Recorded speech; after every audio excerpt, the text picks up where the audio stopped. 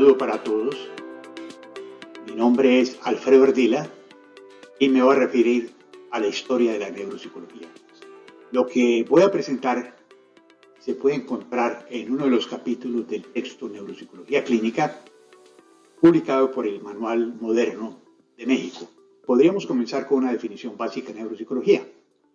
Neuropsicología es el estudio de la organización cerebral, de la actividad cognitiva comportamental y el análisis de sus alteraciones en casos de patología cerebral. Esta definición contiene dos elementos.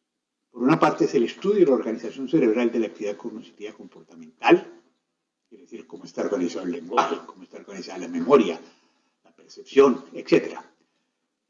Y cómo se altera el lenguaje, la memoria, la percepción en casos de patologías cerebrales. En consecuencia, podemos distinguir dos áreas principales de la neuropsicología dependiendo de sus objetivos.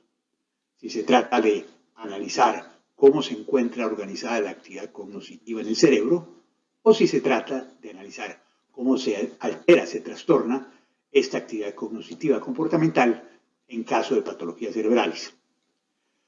Cuando estamos estudiando la actividad cognitiva comportamental en circunstancias normales, estamos utilizando más un enfoque de tipo experimental. Y hasta la introducción de las técnicas neuroimagenológicas contemporáneas, como son la tomografía axial computarizada y la resonancia magnética funcional, los procedimientos experimentales que se utilizan en neuropsicología incluían cosas tales como audición dicótica, presentación taquistoscópica de información y estudios de lateralidad. Con la introducción de las técnicas neuroimagenológicas contemporáneas, el campo de acción de la neuropsicología experimental se amplió en forma considerable. Y hoy en día la cantidad de trabajos que se publican en el área de la neuropsicología experimental es inmensa.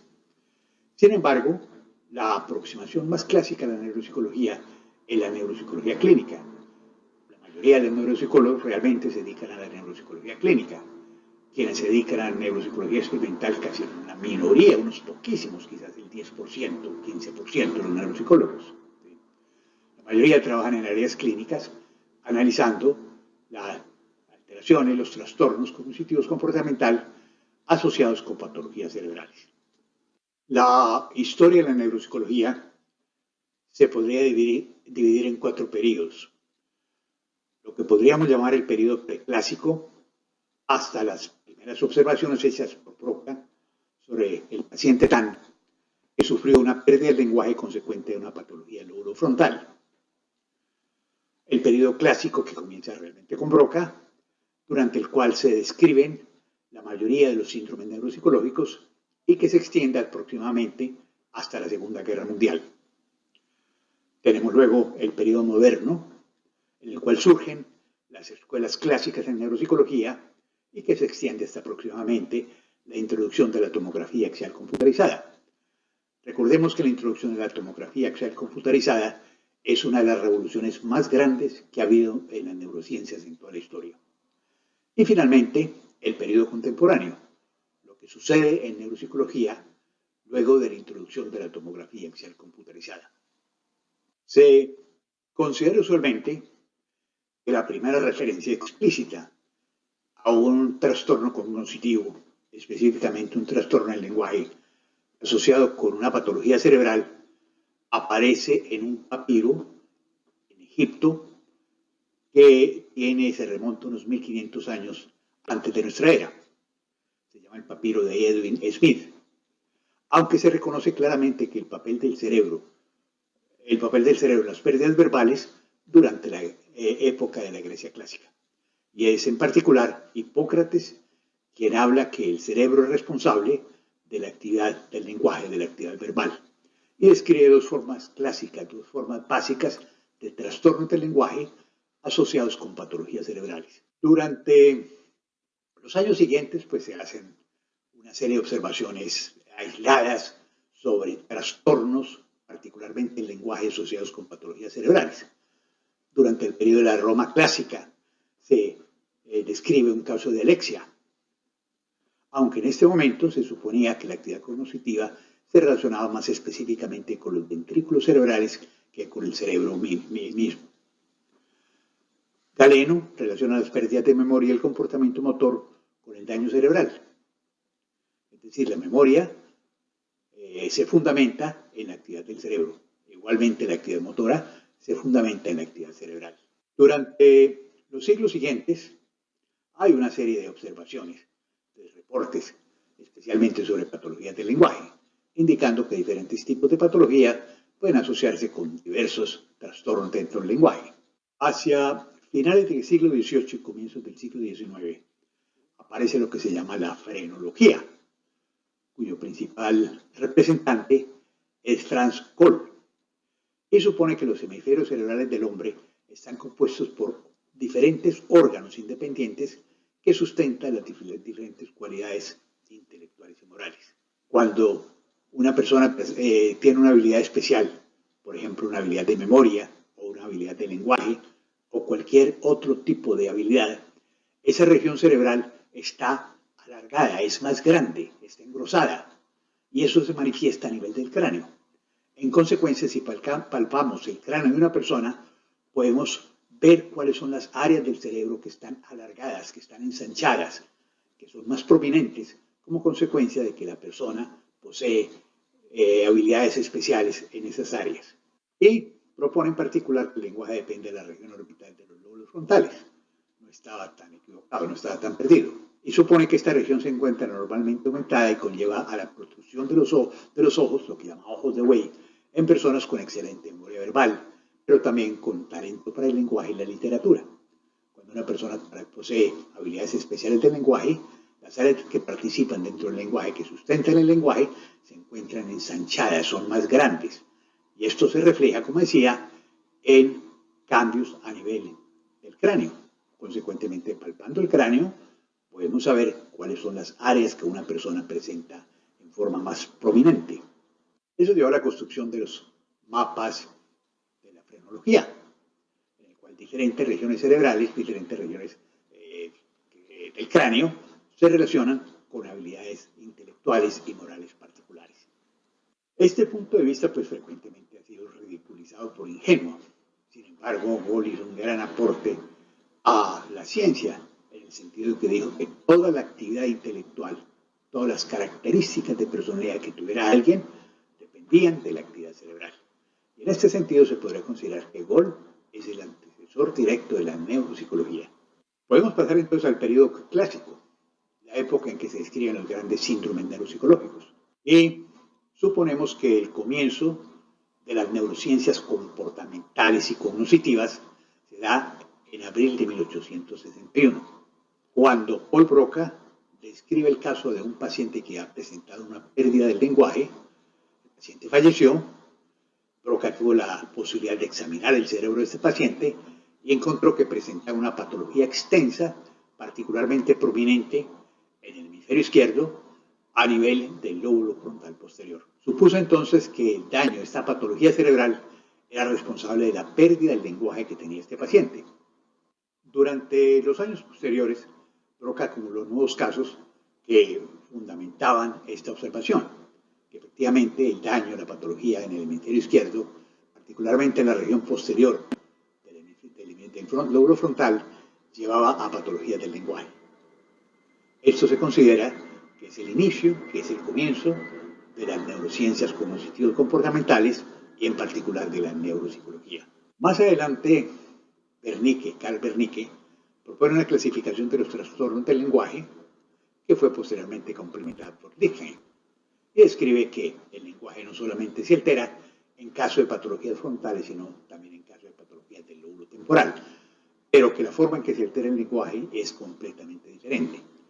En caso de lesiones temporales, lo que sucede es que el paciente tiene dificultades para comprender el lenguaje, tiene dificultades para encontrar las palabras y tiene una pérdida de la memoria verbal.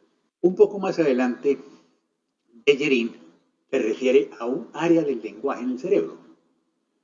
Dice que esta área del lenguaje en el cerebro incluye el área de Broca, la región descrita por Broca, en el lóbulo frontal, la región descrita por Wernicke en el lóbulo temporal, y también podemos añadir la circunvolución angular que participa en los procesos de lectoescritura. Esto quiere decir que el lenguaje, tanto oral como escrito, depende de la actividad de la región perisilviana alrededor de la cisura de Silvio del hemisferio izquierdo. Entonces se comienza de este momento en adelante, por allá desde 1914, a hablar de un área o zona del lenguaje en el cerebro. Y esta idea de que existe una zona, un área del lenguaje en el cerebro, es rápidamente integrada en la literatura. Y todos los autores, casi sin excepción, aceptan que el lenguaje depende del hemisferio izquierdo, particularmente en la región perisilviana, incluyendo un segmento frontal, un segmento temporal y también un segmento parietal. Esto lleva a los trastornos afásicos, en tanto que las patologías en las áreas circundantes llevan a lo que se llaman las afasias transcorticales, en las cuales supuestamente el lenguaje, las áreas del lenguaje, se encuentran desconectadas del resto del cerebro. Pero durante este periodo se describen otros síndromes neuropsicológicos. Así, por ejemplo, Munch se refirió a la ceguera psíquica para explicar los defectos perceptuales consecuentes al daño cerebral de perros experimentales. Sabía que los perros con lesiones posteriores del cerebro no dejan de reconocer a las personas, dejan de reconocer a los objetos, pero no se tropezaban, por ejemplo. Entonces Munch lo llamó ceguera psíquica. Y este fenómeno fue más tarde descrito en sujetos humanos y usualmente se utilizó el término apercepción, hasta que en 1891 Sigmund Freud acuñó el término de agnosia, y el término de agnosia se impuso en la literatura. Recordemos que Freud, antes de dedicarse al psicoanálisis, estuvo dedicado a la neurología, y en particular a la neuropsicología, y escribió un libro muy importante en la historia de la neuropsicología que se llama Afasia, que ha sido traducido a varios idiomas, incluyendo al español. Está publicado en español, está publicado en Argentina. A la vuelta del siglo, Liebman introduce el concepto de apraxia, aunque durante el siglo XIX ya se habían descrito casos que corresponderían realmente a apraxias, y considera que la apraxia es una amnesia de los movimientos previamente aprendidos. Pero esta amnesia es no solamente una amnesia retrógrada, sino también anterógrada. El paciente no solamente olvida los movimientos previamente aprendidos, sino que también tiene dificultades para aprender nuevas secuencias de movimientos. Más adelante, Kleist introduce el concepto de apraxia construccional para referirse a las dificultades en el dibujo y en las tareas de ensamblaje. Aunque algunos autores dijeron que realmente esto que Kleist estaba llamando apraxia construccional, no era una apraxia, sino un síndrome intermedio entre una apraxia y una agnosia. Por lo cual, Lange en 1936 introdujo el término apractoagnosia. Y el término apractoagnosia se utilizó prácticamente durante todo el resto del siglo XX, y si ustedes consultan a los autores clásicos en neuropsicología, como son, por ejemplo, Luria y Ekan, van a encontrar que Luria y Ekan no utilizan el término apraxia construccional, sino que se refieren a apractoagnosia. Hacia finales del siglo XX es más frecuente quizás referirse simplemente a trastornos visoespaciales y visoconstruccionales, aunque muchos autores continúan utilizando el término de apraxia construccional. Y este es una ilustración de un paciente durante la Primera Guerra Mundial que presentaba dificultades para ensamblar figuras tridimensionales. Es una fotografía clásica. Las dificultades para vestirse habían sido descritas desde el comienzo del siglo XX por Pierre Marie, quien se había referido a un síndrome que llamó planotopoquinesia y que nunca se reconoció realmente en la literatura. Pero en 1941 Brain sistematizó lo que se llamó la apraxia del vestirse, que se refiere a la incapacidad para ubicar sin error las prendas de vestirse con el propio cuerpo. Y se continúan durante este periodo clásico describiendo los síndromes neuropsicológicos. Ya al comienzo del siglo se hacen reportes sobre trastornos en el cálculo. Personas que como consecuencia de patologías cerebrales presentan trastornos, dificultades para realizar cálculos numéricos. Aunque el concepto de acalculia se relaciona usualmente con Henschen. Él fue quien introdujo el término de acalculia. Y Henschen, de por sí, realizó un trabajo monumental.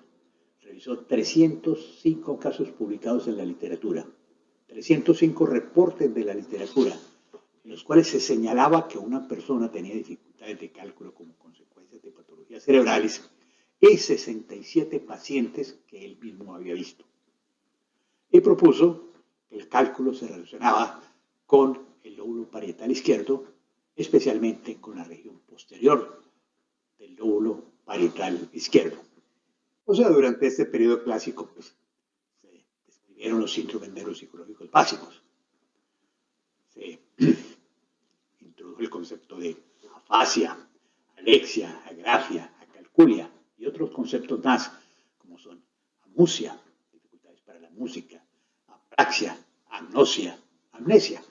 Es decir, es el momento histórico en el cual se presentan los fundamentos de la neuropsicología, cómo se trastorna la actividad cognitiva como consecuencia de patologías cerebrales.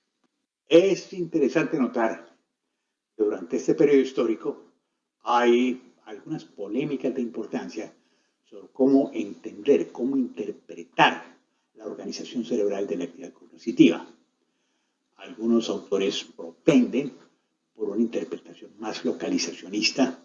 Determinadas actividades y habilidades intelectuales se relacionan con zonas específicas del cerebro, mientras que otros autores defienden más un punto de vista holístico. Hay una participación más global del cerebro en los procesos intelectuales. Y de hecho, los autores localizacionistas restringen las funciones cognitivas a áreas específicas del cerebro.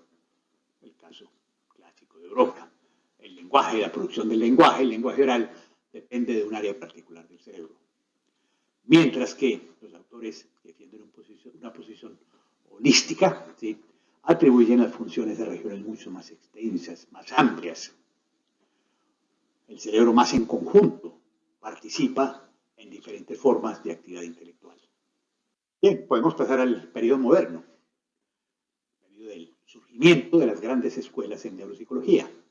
Y de hecho, los tres grupos más influyentes en neuropsicología, podríamos llamar las escuelas neuropsicológicas más clásicas, son la escuela de Luria, en la antigua Unión Soviética, la escuela de Cannes, en Francia, y la escuela de Norman Geisling, en los Estados Unidos.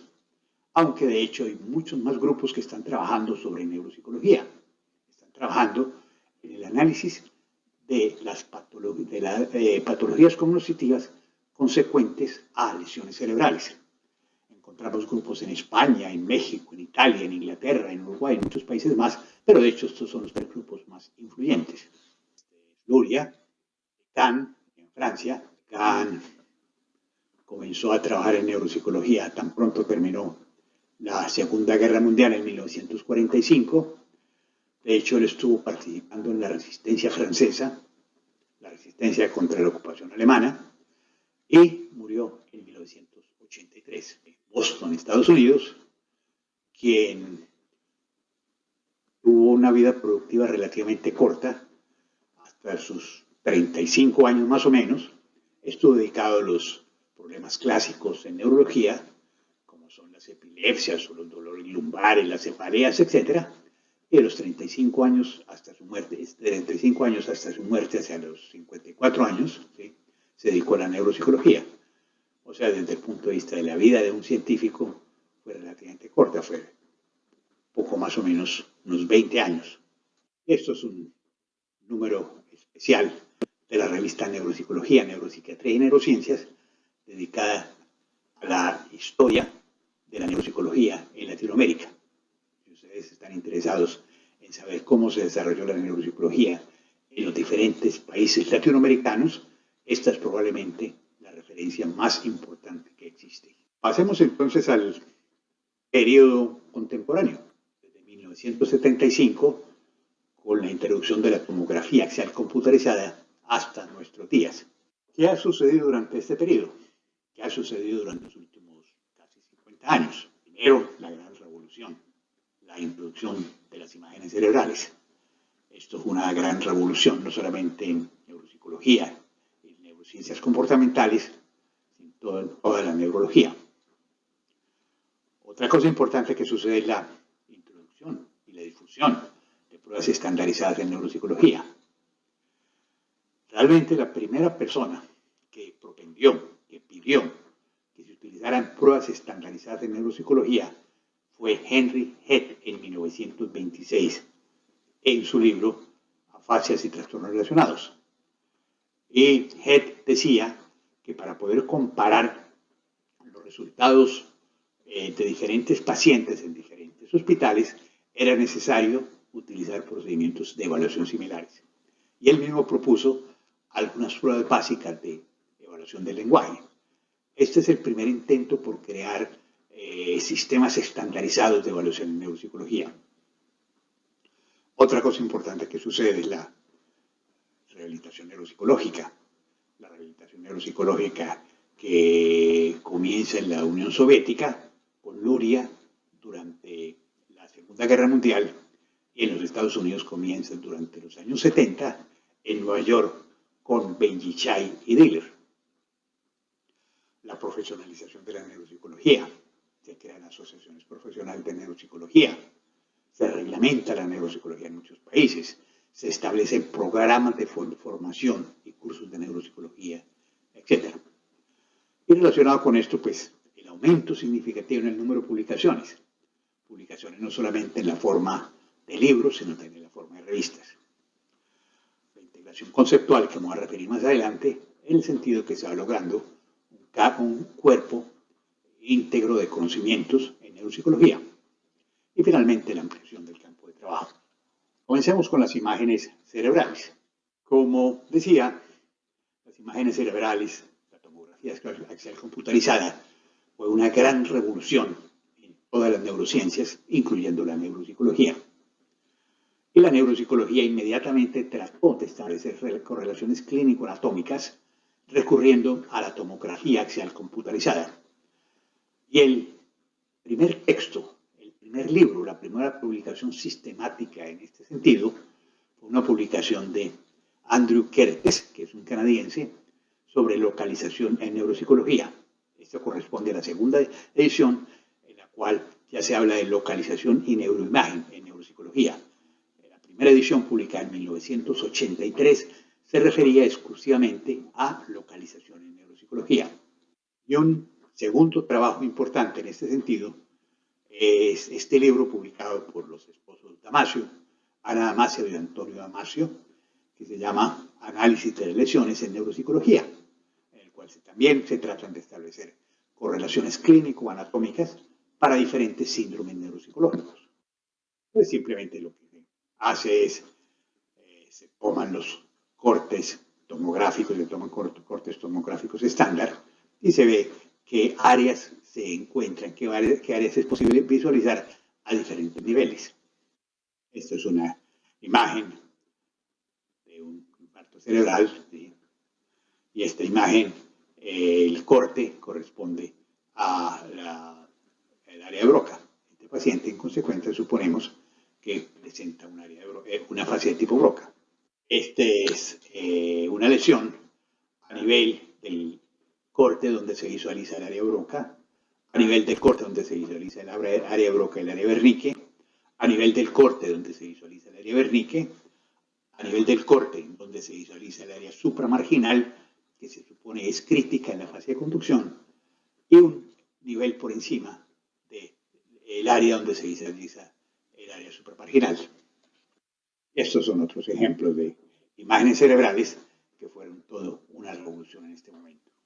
Bueno, el segundo punto importante durante este último periodo de la neuropsicología es la difusión, el desarrollo y difusión de pruebas estandarizadas en neuropsicología. Entonces, progresivamente comienzan a aparecer pruebas que son acogidas en todas partes del mundo. y que comienzan a utilizarse como herramientas básicas de diagnóstico en neuropsicología, como para analizar la actividad eléctrica cerebral, se utiliza la electroencefalografía. En neuropsicología se buscan instrumentos que sean suficientemente confiables y válidos y que puedan utilizarse como instrumentos básicos de diagnóstico en neuropsicología. Esto es simplemente una serie de ejemplos de pruebas en neuropsicología que han tenido una enorme difusión y que se utilizan en muchas partes del mundo como instrumentos básicos de evaluación neuropsicológica. La prueba de clasificación de tarjetas de Wisconsin, la prueba de Boston para el diagnóstico de las afasias, la figura compleja de Rey-Osterrier, la prueba de fluidez verbal, la prueba de las fichas, la escuela de memoria verbal de Wechsler, la prueba de denominación de Boston, la prueba de memoria visual de Benton, la prueba de Stroop. Estos son algunos ejemplos de pruebas neuropsicológicas que han tenido una gran difusión y que se consideran como instrumentos, como herramientas básicas en la evaluación neuropsicológica a través de muchos países del mundo. La figura compleja de Rey-Osterrier. Esta es la prueba de memoria visual de Benton. Esta es la prueba de Stroop, los colores de las palabras. Esta es la prueba de denominación de Boston. Una de las imágenes más fáciles, la de la casa, y una de las imágenes más difíciles, la del transportador. Esta es una prueba desarrollada en Latinoamérica, en México en particular, que ha tenido una gran difusión, no solamente en Latinoamérica, sino también en la población hispana de los Estados Unidos, que se utiliza muy ampliamente, muy extensamente en muchos países. Y esta es una versión avanzada de NeuroXi que se dirige específicamente a procesos de atención y memoria. Con esto comienza también todo el análisis, una cantidad de estudios publicados durante los últimos 40 años sobre las variables demográficas que afectan la ejecución en pruebas neuropsicológicas. Y en consecuencia, la importancia de obtener normas en diferentes poblaciones, como por ejemplo la edad o el nivel educacional de una persona, representan variables críticas en los puntajes obtenidos en pruebas de diagnóstico neuropsicológico. Se ve también que hay que tener en cuenta las variables culturales, la forma de aproximar las pruebas, de entenderlas, los valores culturales van a ser diferentes en Estados Unidos, en Colombia o en China. Las pruebas neuropsicológicas, pues, predicen de alguna manera el comportamiento de las personas dentro de la vida diaria. Y esta es una pregunta que surge en las pruebas neuropsicológicas. ¿Qué tanto es este valor predictivo? ¿Qué tanto lo que nosotros obtenemos a nivel del examen se correlaciona con aspectos funcionales del paciente? Finalmente, pues, con la introducción de los computadores, que es la gran revolución tecnológica del mundo contemporáneo, las pruebas neuropsicológicas, muchas de ellas se llevan a programas computarizados y se pueden aplicar utilizando computadores. El siguiente punto que vale la pena mencionar es la rehabilitación neuropsicológica. La rehabilitación neuropsicológica realmente surge desde comienzos del siglo XX, desde la Primera Guerra Mundial. Durante la Primera Guerra Mundial se crean algunos centros, particularmente en Alemania, para intentar rehabilitar en especial el lenguaje en pacientes, en soldados que habían sufrido afasias como consecuencia de la situación bélica. Más adelante, durante la Segunda Guerra Mundial, Luria llevó un trabajo muy extenso en un hospital dedicado a la rehabilitación de pacientes con lesiones cerebrales, de soldados con lesiones cerebrales, y desarrolla una serie de procedimientos de rehabilitación. Sus resultados se publican en ruso hacia finales de los años 40 y se traducen al inglés durante los años 60. Se plantea que hay dos mecanismos básicos para la rehabilitación, dos factores que dan cuenta de la rehabilitación, que son por una parte el reentrenamiento, el reaprendizaje, y por otra parte la compensación. Más adelante, cuando en Estados Unidos se comienza a trabajar sobre rehabilitación neuropsicológica, a comienzos de los años 70 en Nueva York, por parte de Benishai y Diller. Benishai y Diller revisan la literatura y lo único que encuentran es el libro de Luria. Entonces Luria es el punto de partida para los programas de rehabilitación que inicialmente se establecen en los Estados Unidos y que posteriormente se van a difundir de Nueva York a otras ciudades y después a otros países, incluyendo países latinoamericanos. Y en Latinoamérica hoy en día, en muchísimos países, se está trabajando sobre rehabilitación neuropsicológica. Suponemos que la rehabilitación neuropsicológica es efectiva, crea una diferencia con lo que se llama la recuperación espontánea. Después de una patología cerebral, un paciente tiende a presentar alguna mejoría. Esto se llama la recuperación espontánea. Pero si nosotros introducimos un programa dirigido a la rehabilitación, a la readquisición de las funciones perdidas, va a lograrse una mejor ejecución. Y aparecen programas computarizados de rehabilitación neuropsicológica, aparecen revistas especializadas en rehabilitación neuropsicológica, se habla también de la generalización al mundo de la vida diaria, ¿sí?, de las habilidades que se reentrenan a nivel de neuropsicología, la validez ecológica de la rehabilitación, y se convierte la rehabilitación neuropsicológica en una de las áreas de trabajo más importantes en neuropsicología. Más adelante, con la introducción de las imágenes cerebrales, se trata de ver qué tanto la rehabilitación neuropsicológica se correlaciona con cambios a nivel de la actividad cerebral. En otras palabras, cuando una persona presenta una afasia y una pérdida del lenguaje, participa en un programa de rehabilitación, logra cierta recuperación del lenguaje, esto se correlaciona con cambios en la actividad cerebral. Fue que la actividad cerebral cambió como consecuencia de la introducción de este programa de rehabilitación. Y lo que se ve es que efectivamente esto es verdad. A medida que el paciente va recuperando sus habilidades, la actividad cerebral, el patrón de actividad cerebral va a ir cambiando. Estos son algunos ejemplos, simplemente algunas ilustraciones de este punto. Bien, el siguiente punto es la profesionalización de la neuropsicología. La neuropsicología se convierte en una profesión. Se crean programas de entrenamiento, se crean cursos de neuropsicología. Y esta es una secuencia de los acontecimientos más importantes en la neuropsicología latinoamericana. Suponemos que la neuropsicología en Latinoamérica comienza en 1958, cuando Carlos Mendilarzu y su esposa Célica de Mendilarzu, en el Uruguay, en el Instituto de Neurología de Montevideo, crean lo que se llama el Laboratorio de Afecciones Córtico-Cerebrales, que es un laboratorio de neuropsicología simplemente. Y Mendilarzu mismo publica una serie de libros sobre neuropsicología, que van a ser quizás los primeros textos en neuropsicología escritos en español.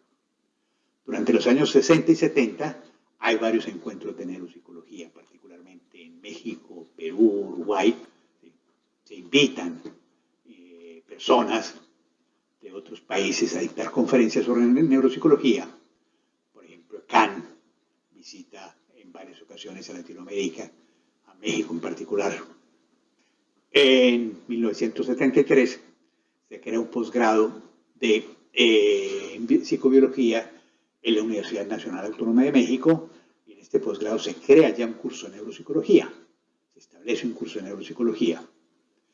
En 1981 en Bogotá se realiza un Congreso Internacional de Neuropsicología con la participación de 14 países diferentes y con 700 asistentes. En este congreso se enfatiza la necesidad de crear sociedades nacionales de neuropsicología y más aún crear una sociedad latinoamericana de neuropsicología. Y durante los años siguientes, efectivamente, se crean sociedades nacionales de neuropsicología en varios países, en Argentina, en Colombia, en México, etc. Y se crea una primera sociedad latinoamericana de neuropsicología. Durante los años 82-85 se publica un boletín de neuropsicología que se distribuye extensamente a través de los distintos países latinoamericanos. Este boletín es dirigido, coordinado desde Bogotá, pero publicado en México. En 1983, la reunión anual de la Sociedad Internacional de Neuropsicología se realiza en México, que fue un evento muy importante importante. Y durante los años siguientes, del 83 al 89, se crean sociedades de neuropsicología en muchos países latinoamericanos. En 1985 se realizan las jornadas de neuropsicología del Cono Sur en Uruguay. En 1989 se hace un congreso de la Sociedad Latinoamericana de Neuropsicología. En 1989 es la creación de la Sociedad Latinoamericana de Neuropsicología también. Y en 1999 se crea una segunda Sociedad de Neuropsicología que se llama Asociación Latinoamericana de Neuropsicología. Y en este momento, de hecho, existen dos agrupaciones latinoamericanas de neuropsicología: la Sociedad Latinoamericana de Neuropsicología y la Asociación Latinoamericana de Neuropsicología. Junto con esto, en Latinoamérica se publican muchos libros de neuropsicología, o los autores latinoamericanos publican muchos textos de neuropsicología, y aún en algunos casos los textos no solo son en español, sino que también se publican en inglés. Comienzan a participar dentro de las publicaciones internacionales de neuropsicología. Junto con esto hay que mencionar el aumento significativo en el número de publicaciones. La primera revista de neuropsicología que se crea se llama Neuropsicología y se crea en 1962. Participan en su creación las principales figuras de neuropsicología, como son Eckhart y Luria. Luria va a ser el primer editor de esta revista, y un poquito después se publica en Italia la segunda revista de neuropsicología, que se llama Cortex. El autor, el promotor de esta revista es Ennio Renzi, que es, por decir así, el padre de la neuropsicología italiana. Y durante los años siguientes comienzan a multiplicarse el número de revistas dedicadas a neuropsicología. Hoy tenemos decenas de revistas de neuropsicología publicadas a través de diferentes lenguas: en inglés, en español, en alemán, en italiano, en francés, etc. Hay diversidad de revistas de neuropsicología. Hay una revista de neuropsicología publicada por la Sociedad Latinoamericana de Neuropsicología y otra publicada por la Asociación Latinoamericana de Neuropsicología. Estos son otras revistas, muchas más revistas que se publican. Y estos son las carátulas de algunas de las principales revistas de neuropsicología. La que se señala en la parte de abajo, Neuropsicología, Neuropsiquiatría y Neurociencias, es el órgano oficial de la Asociación Latinoamericana de Neuropsicología. Pero la Sociedad Latinoamericana de Neuropsicología también tiene una revista que se llama Neuropsicología Latina. Bien, el otro punto importante es la integración conceptual. En neuropsicología, como en todas las áreas de la ciencia, al comienzo existen escuelas diferentes. Esto aparece en física, esto aparece en biología, esto aparece en lingüística, en todas las áreas. Pero en todas las áreas progresivamente se ha logrado un cuerpo de conocimientos integrado, aceptable por todos los investigadores en el área. Igualmente en neuropsicología al comienzo hay escuelas de neuropsicología, pero progresivamente lo que podría considerarse escuelas va desapareciendo. Y hay un cuerpo de conocimientos en el cual todos estamos de acuerdo. Entonces, una integración conceptual. Esta integración conceptual es el resultado del número creciente de investigaciones que se han presentado durante las últimas décadas. Hoy existe, insisto, un cuerpo de conocimientos que es aceptable por cualquier persona que trabaje en neuropsicología. Y finalmente, la ampliación del campo de trabajo. Inicialmente la neuropsicología era una neuropsicología del adulto. Inicialmente la neuropsicología se dedicaba a las afasias, casi exclusivamente a las afasias. Con el paso del tiempo, el interés de la neuropsicología se fue extendiendo hacia poblaciones infantiles, y apareció una neuropsicología infantil, una neuropsicología del desarrollo, y hacia poblaciones mayores, y apareció una neuropsicología de la vejez, una neuropsicología del envejecimiento normal y el envejecimiento patológico. Igualmente comenzó a interesarse por otras patologías que antes no se interesaban, como por ejemplo las demencias.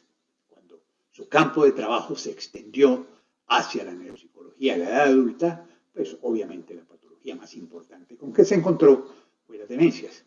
Y cuando se trató de los problemas infantiles, se encontró inmediatamente los problemas de aprendizaje. Pero surgieron otras patologías nuevas que también se asocian con trastornos cognitivos como es el SIDA o la esclerosis múltiple. La neuropsicología limitaba un tanto a hospitales neurológicos, pero progresivamente la neuropsicología comenzó a tener acción en otros escenarios laborales. Por ejemplo, en la neuropsicología escolar, relacionado con los problemas infantiles, con los problemas académicos de los niños.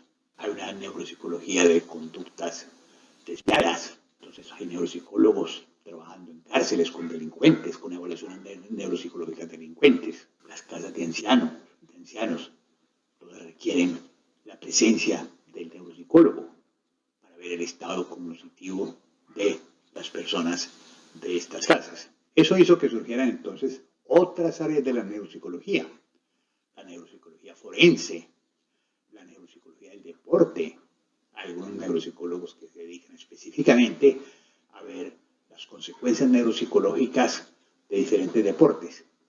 El boxeo lleva a ciertas patologías, puede llevar a ciertas patologías específicas, como son, por ejemplo, el parkinsonismo, que se asocia con deterioro cognitivo. Entonces, hay una neuropsicología del deporte, neuropsicología infantil, y más recientemente, la neuropsicología ha sobrepasado los aspectos cognitivos y ha comenzado a interesarse también por aspectos emocionales. Entonces, estamos hablando de una neuropsicología afectiva. Esto es todo lo que quería presentar, una visión general de la neuropsicología desde sus inicios hasta nuestros días. Muchas gracias por su atención.